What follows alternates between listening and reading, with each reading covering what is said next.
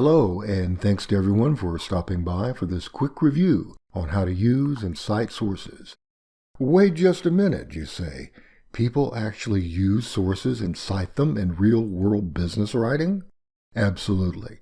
And of course, today there are dozens of websites devoted to teaching you how to use sources in the many types of business writing. Here's a page from bizfluent.com that shows you how to cite sources in a business plan. Here's a page from Career Trend that shows you how to cite sources in a business letter. And here's a page from smallbusiness.com that shows you how to cite sources in a business memo. What's going on here? Very simple. The use of citations in business documents is required, not just to be ethical, giving credit when using the work of others. Using sources in business documents is also a persuasive device. Why?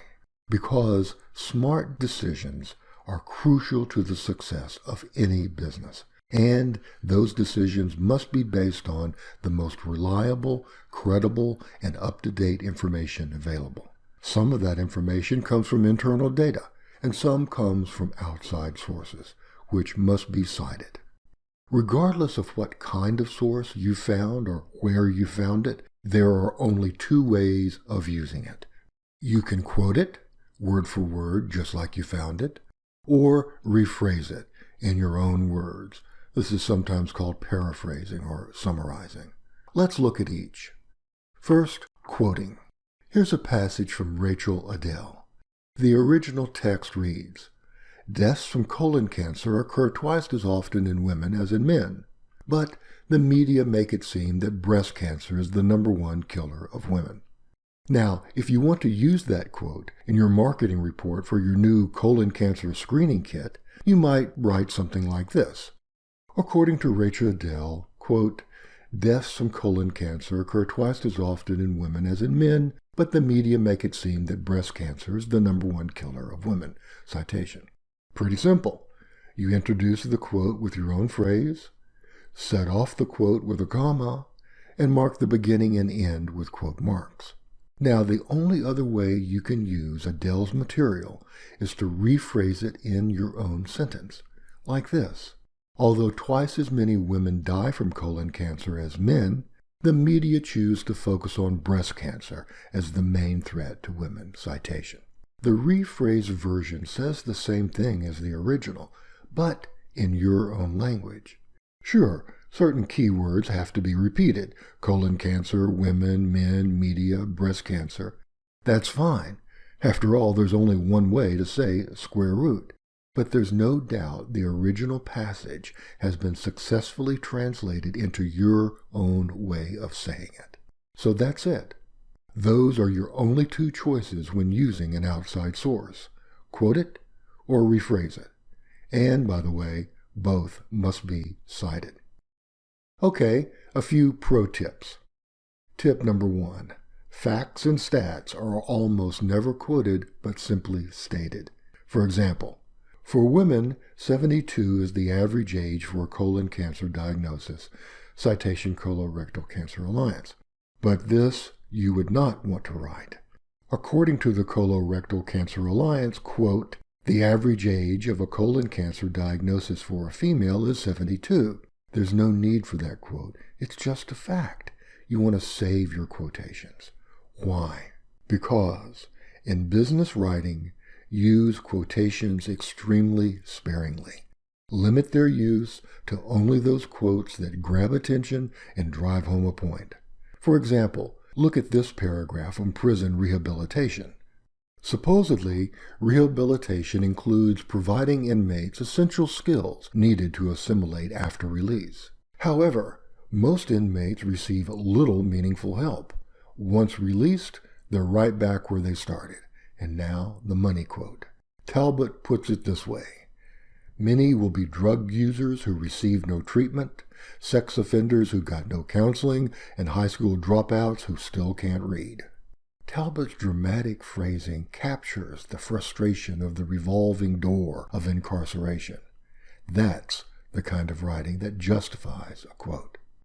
Now, in business writing, you normally only use sources to support something you've already said in your own words. Let's see how this works. Here's a sample paragraph that argues in favor of allowing remote working. It's long, but bear with me. Note the sandwich-like configuration of this paragraph with sources. The author first makes a claim in his own words and transitions to research supporting the claim. Then comes the research. Then more of the author's commentary that transitions to more research. Then the paragraph ends with the author's original claim and recommendation. It's called the source sandwich and looks something like this. In the top layer, in your own words, introduce the topic of the paragraph and discuss it.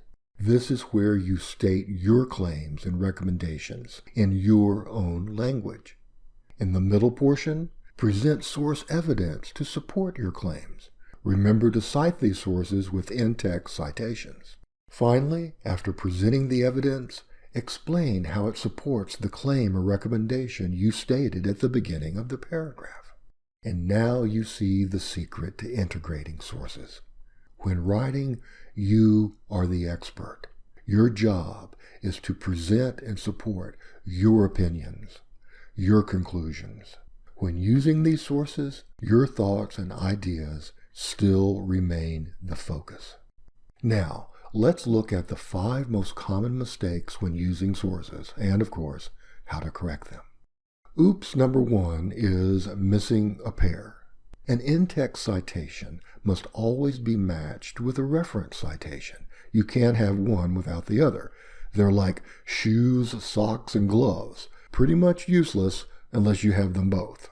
In this example, all we see are reference citations at the bottom. However, without the corresponding in-text citations, we don't know how or where the sources are being used in the paragraph. So, we must add in-text citations to pair with the reference citations. Once inserted, the in-text citations make it clear which source is being used in which sentence. Oops number 2 is a dropped quote, sometimes called a ghost quote. This is a quotation that lacks a connection to the sentences before or after it. The quote seems like it dropped out of the sky and fell in a random place in the paragraph. In this example, the quote from Halpern and Luber is relevant but doesn't quite flow with the sentences before or after it. Let's read. Developing a greater executive presence is one aspect of this course that will be of great value to me. Presence is the ability to connect authentically with the thoughts and feelings of others. Citation. My first step to achieve more presence will be to engage employees in face-to-face conversations. To correct this problem, we can arrange the wording of the first sentence so that it acts as an introduction to the quote, and add a colon to connect them. One aspect of this course that will be of great value to me is developing my executive presence, colon. Presence is the ability to connect authentically with the thoughts and feelings of others. Citation. Or we could use what is called a narrative citation. In this case, you use the author's name to lead into the quote. One aspect of this course that will be of great value to me is developing my executive presence. Halpern and Luber define presence as the ability to connect authentically with the thoughts and feelings of others. Citation. And you see, Halpern and Luber define is that narrative citation. Oops number 3 is the blind citation. An in-text citation by itself is blind. It can only refer to the name of the source. You, the writer, must make it clear what information from the source is being used. Here's our example. During the meeting, I will maintain eye contact with team members as they are speaking. Munter. Well, maintaining eye contact is always a good idea. However, it's not clear what contribution Munter made to the author's statement. To correct a blind citation, simply clarify what information from the source it is that you're using. You can do this with a paraphrase of the source. During the meeting, I will maintain eye contact with team members as they are speaking.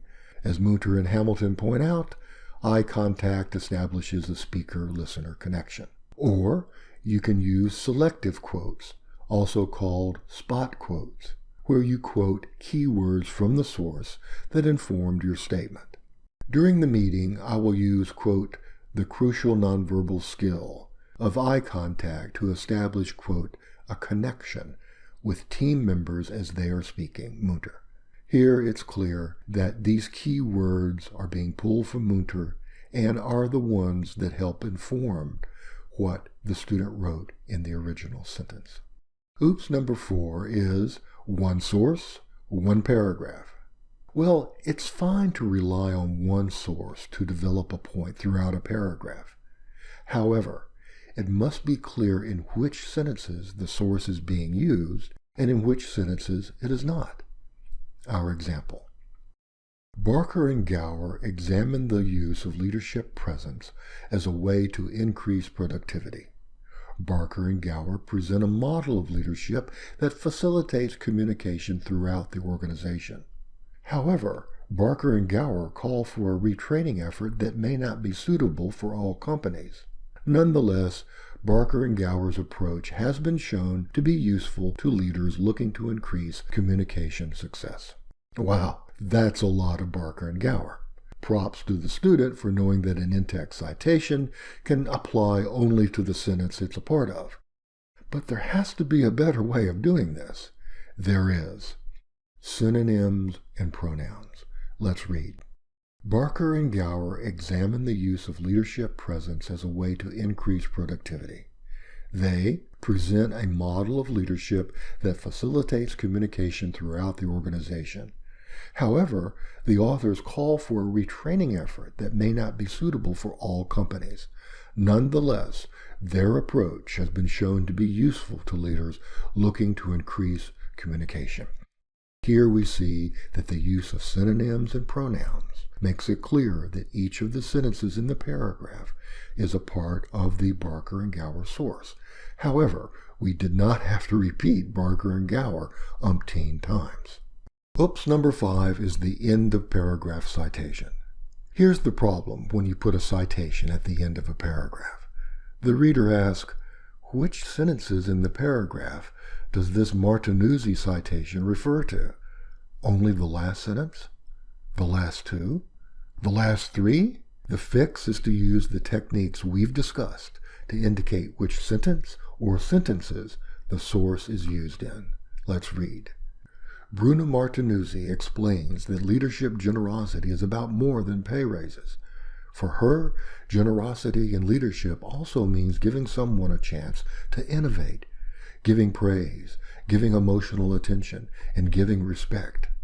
All provide, as she has shown, as much or more motivation than money.